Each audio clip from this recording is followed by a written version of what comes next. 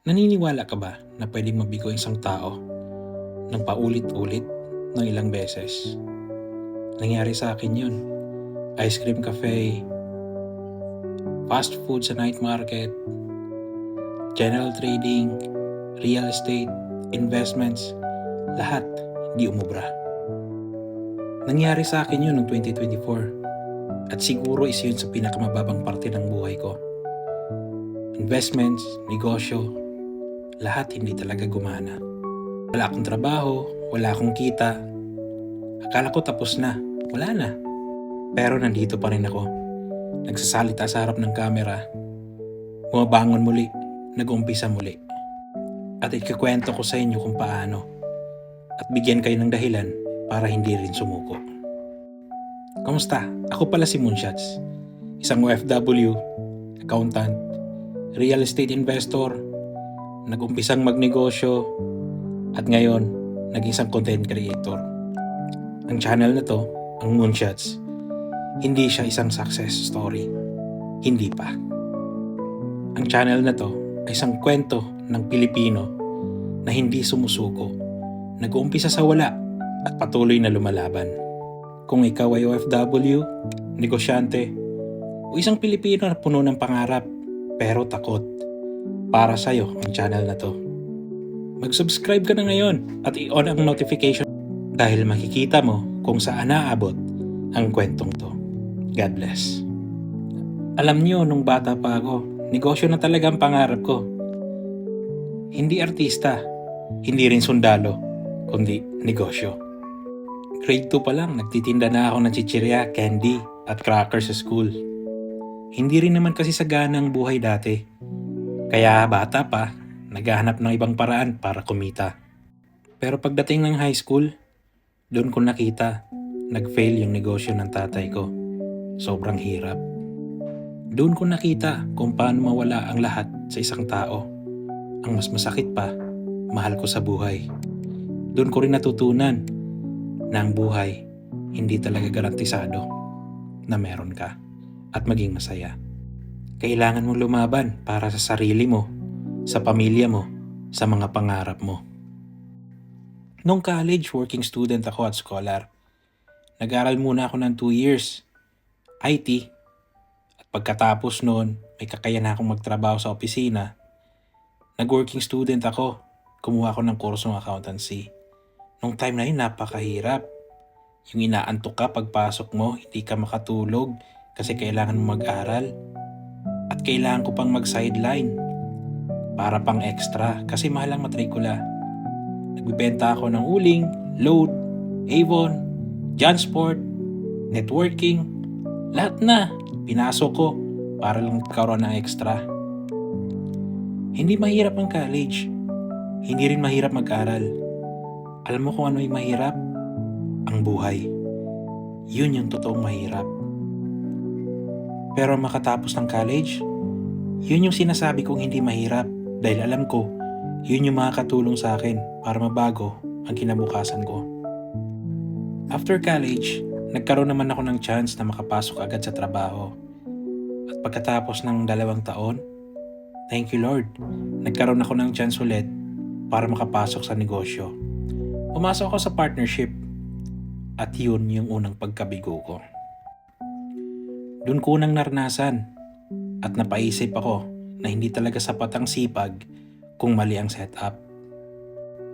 After nun, marami pang nangyari. Kaya nagkaroon ako ng dahilan para mag-decide na mag-abroad na. Nakapagtrabaho ako sa UAE. Maliit lang ang sweldo. Pero hindi ko hinayaan na maging dahilan yun para hindi ako mag-umpisa mag-invest. Nag-umpisa ako mag-invest sa real estate nung time na yon. Nag-umpisa sa maliit na lote hanggang sa napunta sa condo at nagkaroon ng Airbnb at kumita din naman. Ang sarap ng pakiramdam nun. Feeling ko, umpisa na ng pagkakaroon ko ng financial freedom. Lahat okay, may cash flow, ganda. Pero pumasok yung pandemic. Nung pandemic, nawalan din ako ng trabaho. Unti-unti rin nawala yung income sa Airbnb. Hanggang sa yung condo na yung nawala dahil wala nang pambayad. Hindi ko na kayang ituloy yung amortization. At yun, napakasakit kasi pinaghirapan mo ng matagal at isang saglit nawala. Kalagitnaan ng pandemic, binless ako ng Lord ng bagong trabaho. Nagkaroon ulit ng chance para mag-invest. At doon nag-umpisa ulit, kumita, hanggang sa dumating yung point na talagang kumita ako ng maganda at nalagpasan na ng ROI ko, ng mga returns ko, yung sweldo ko. Kaya ng time na yon napaisip ako, time to go all in. 2024 nung mag-decide ako, mag-resign sa trabaho at mag full time sa negosyo. Nagtayo ako ng ice cream shop, nagsara. Sumali ako sa night market, nagtayo ng fast food, nagsara. Nagtayo ako ng general trading, partnership, nagsara. At sa kabila ng lahat ng yun, sumabay din yung investments ko. Hindi na rin kumana. Sumabay din na magkaroon ng problema. Wala na akong natatanggap na monthly return. Wala na akong kita. At pakiramdam ko, parang binaliktad ng mundo ang lahat. Doon ako nakaramdam na baka tapos na talaga, wala na. Hindi lang naman kasi pera ang nawala, pati direksyon sa buhay at tiwala. Pero sa kabila ng yun, sa lahat ng problema, sa lahat ng nawala, may naisang naiwan na hindi ko inakala na mananatili siya kasi support business lang siya. Ang pangalan ay Moonshots. Hindi pa nag-ooperate, hindi pa gumagana, pero naandun siya, naghihintay. Sa kabila ng lahat ng yun, kailangang ituloy ang buhay. Binless ako ulit ni Lord ng bagong trabaho. At habang nagtatrabaho ako, doon ko ulit binubuhay on the side ang Moonshots. Content creation, digital solution, financial literacy, accounting, sales, marketing, photography and videography, meron tayo niyan. Hindi ito yung dulo ng kwento. Ito yung umpisa ng kabanata. At gusto ko kayong kasama sa journey na to. Dahil kung kinaya ng Diyos na gawin yun sa buhay ko, malamang kaya rin niyang gawin sa buhay mo.